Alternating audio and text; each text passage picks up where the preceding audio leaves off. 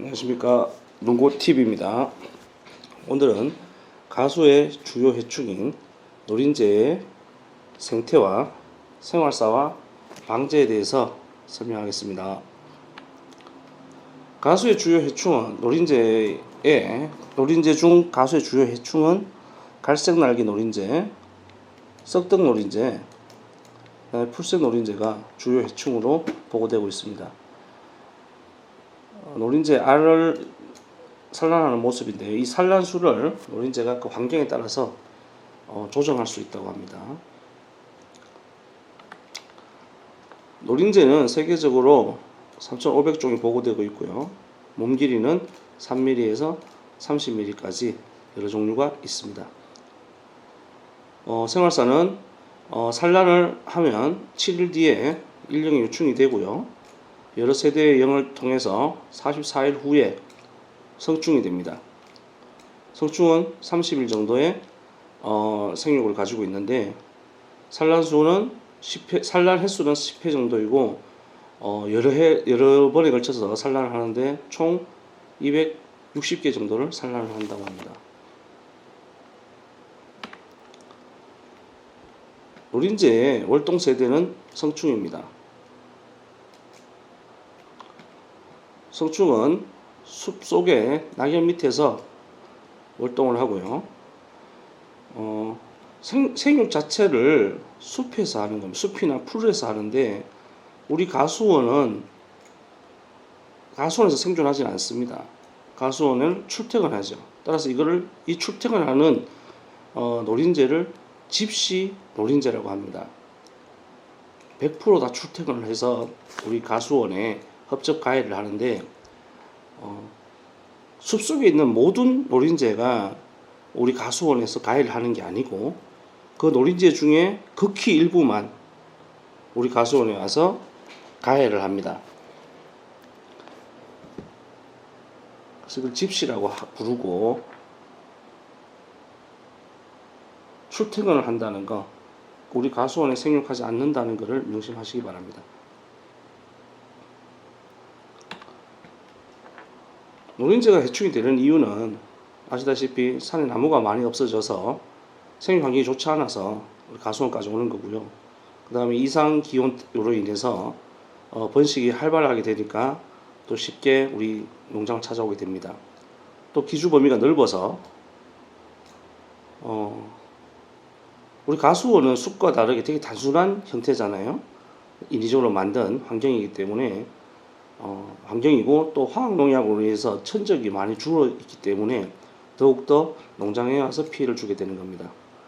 또는 인간이 사용하는 집합 페로몬에 의해서 성충의 밀도가 증가된다는 거예요. 이 형태로 인해서 노린재가 주 해충이 되는 겁니다. 어쩔 수 없이 곤충이 해충이 됐다는 얘기입니다. 노린재 피해와 비슷한 피해가들인데요. 이건 복숭아 숨나방의 피해입니다. 배설물이 보이는 거. 그다음에 구멍이 큰 새 피해가 있고요. 그 다음에 열매 썩은 뼈이 있고, 그 다음에 잎말이 나방의 피해도 우리가 노린재하고 구분해야 될 피해들입니다. 노린재 피해는 사과에서는 이런 현상이 일어나고요. 복숭아, 그 다음에 감, 그 다음에 배, 키위, 포도, 이런 형태의 노린재 피해가 이런 피해를 노린재 피해라고 합니다. 그 다음에 벼에도 가해를 하고 옥수수, 가지, 콩 같은 데도 노린재 피해가 많이 일어나죠. 자, 노린재를 화학농약 방제를 할 때 반드시 해야 될 게 예찰입니다. 예찰을 통해서 노린재가 발생을 했을 때는 1년에 딱 한 번만 방제를 하시면 됩니다. 그럼 이걸 어떻게 아느냐? 노린재는 이게 지금 예찰 트랩인데요. 빛을 이용 강방충 예찰 트랩을 이렇게 네 군데다 설치를 하게 되면 반드시 노린재는 한 방향으로만 침입을 합니다. 그래서 그 방향이 만약 이쪽이라 하면 이쪽에다가 이 예찰 방제 트랩을 설치를 하게 되면 노린재는 이쪽으로 접근을 하지 못한다는 겁니다. 집합 페로몬을 사용하는 경우가 있는데 절대 사용하면 안 됩니다. 지금 우리나라 농지청에서도 집합 페로몬 보조 사업을 금지하려고 노력 중입니다. 집합 페로몬을 사용하게 되면 외부의 노린재까지 불러들이게 돼서 밀도가 엄청 높아질 수 있습니다. 그래서 노린재가 이 예찰 트랩을 설치했는데 한 마리, 두 마리, 오늘 뭐 두 마리, 내일 세 마리, 그 다음날 또 다섯 마리, 그 다음날 세 마리, 이런 식으로 소규모로 주기적으로 포획이 됐을 때는 방제가 필요 없습니다. 하지만 갑자기 세 마리, 다섯 마리 잡히던 게 갑자기 막 30마리 이렇게 늘어났을 때 그때가 바로 방제해야 될, 약제 살포를 해야 될 그 시기입니다. 그때 한 번만 방제를 하시면 노린재는 그 당해에는 방제가 필요 없다는 겁니다. 이유는 30마리 갑자기 잡히면 얘들이 페로몬을 풍기는데 집합 페로몬이 대량으로 늘어나기 때문에 그때부터는 걷잡을 수 없을 정도로 노린재가 많이 침입을 한다는 거죠. 두세 마리 가지고 페로몬으로는 불러들일 수가 없습니다. 그래서 방제가 필요 없는 거고요. 갑작스런 여러 마리가 포획될 때는 이 페로몬이 풍길 수 있으니 그때부터는 그때가 딱 한 번 1년에 방제할 기회입니다. 노린재 방제 천적을 이용하는 경우가 있죠. 뭐 기생벌들이 있고요. 기생벌의 종류는 노린재, 깡충 존벌이 있고 그 다음에 검정 알벌이 있습니다. 거미나 조류 등도 천적이라고 할 수 있겠죠.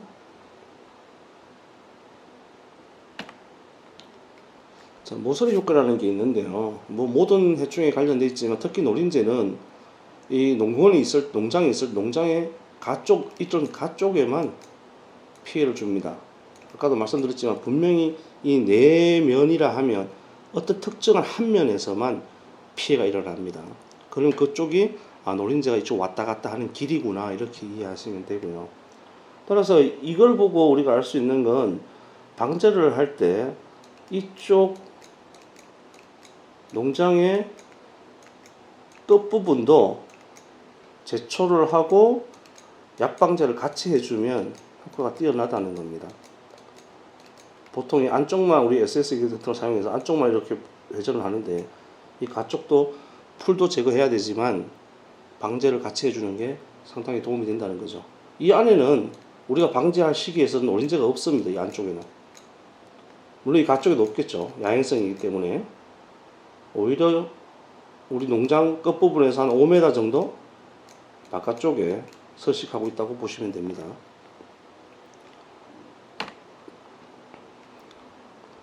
살충제를 사용을 하게 되면 오히려 노린재가 많아지는 현상들이 일어나는데 그 이유는 살충제를 살포하게 되면 살충제 내성에 있는 버커홀 데리아라는 공생균이 있습니다.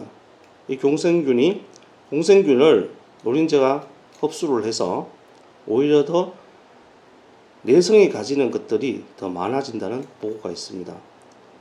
또는 살충제를 치게 되면 천적들이 없어져서 살충제로 노린재를 방지하게 되면 반드시 발생되는 게 엉애 같은 것들이 다 발생을 하게 됩니다. 그 이유는 엉애의 천적들이 죽어버린다는 거죠.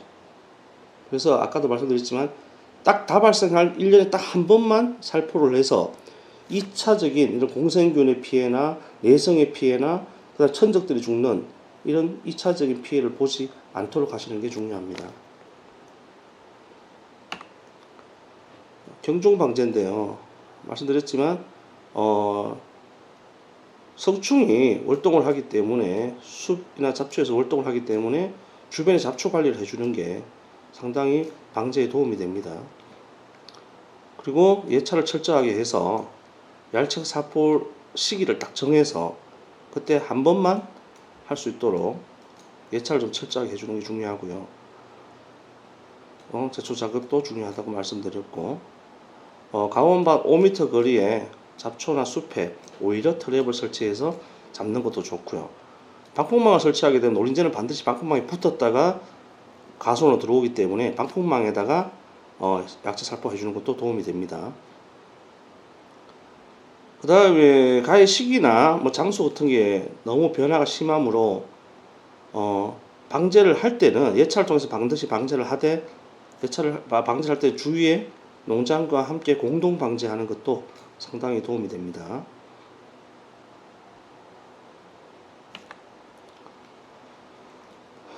노린재의 그 활동 시간은 일몰 직전부터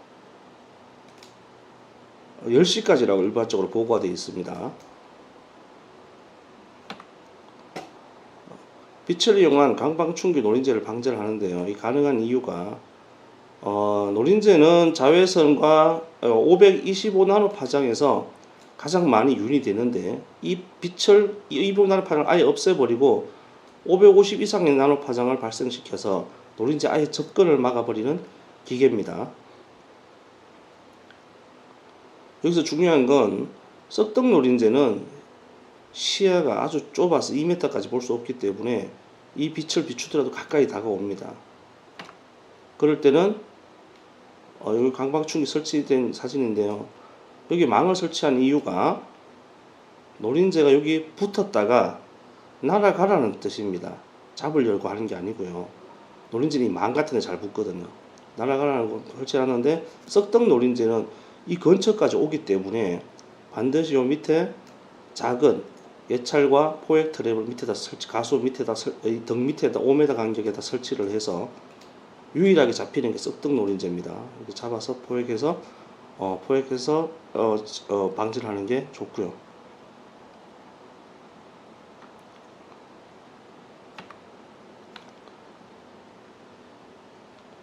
자, 그래서 우리가 야행성 해충이라고 하면 야행성이 주행성으로 진화가 되려면 상당한 오랜 시간이 걸릴 겁니다. 따라서 이 빛을 이용하는 방제에서는 해충이 내성을 가질 수 없다는 겁니다. 농약도 내성을 가지고 뭐 여러 가지로 지금 우리가 화학적 방제 방법에서는 상당히 문제들이 많이 일어나는데, 아직까지는 이 빛에 대해서는 내성을 가질 수 없다는 거 강조드리고 싶습니다. 감사합니다. 그리고 뭐 해충에 대해서 궁금하신 거나 또는 이제 리뷰가 필요하신 부분이 있으면 댓글 달아주시면 정성껏 자료를 수집해서 다시 설명을 드릴 수 있도록 노력하겠습니다. 감사합니다.